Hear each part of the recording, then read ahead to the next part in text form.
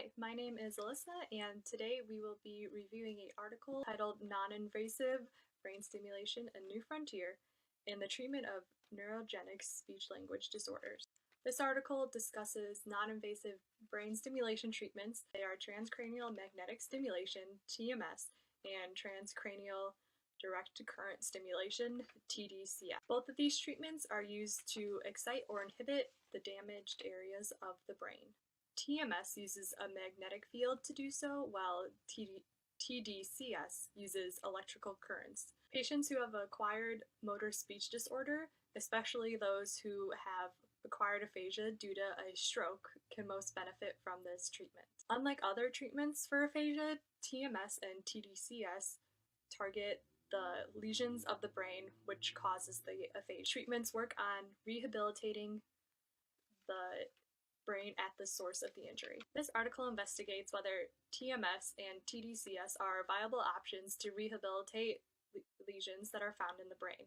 For both TMS and TDCS, the author decided to synthesize multiple case studies and placebo-controlled trials. Sample sizes for these trials range anywhere from 8 to 21 patients, all with a traumatic brain injury. Most of them were stroke, and all of them had acquired aphasias.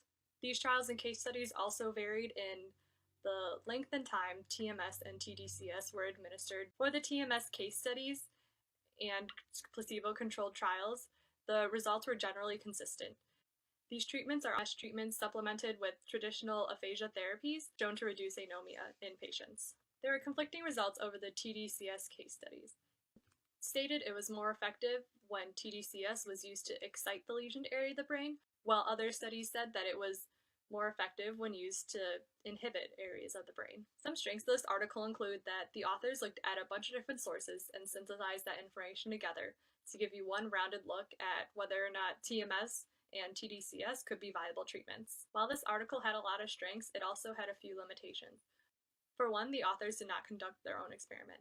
In general, TMS and TDCS are relatively new treatments that have advanced along with technology. Treatments, mainly TMS, have showed that there are positive results when used in conjunction with traditional therapies. I think these treatments work because they target the source of the injury, which is in the brain. Finally, though this article does synthesize a lot of case studies, I still believe there's a lot more research to be done.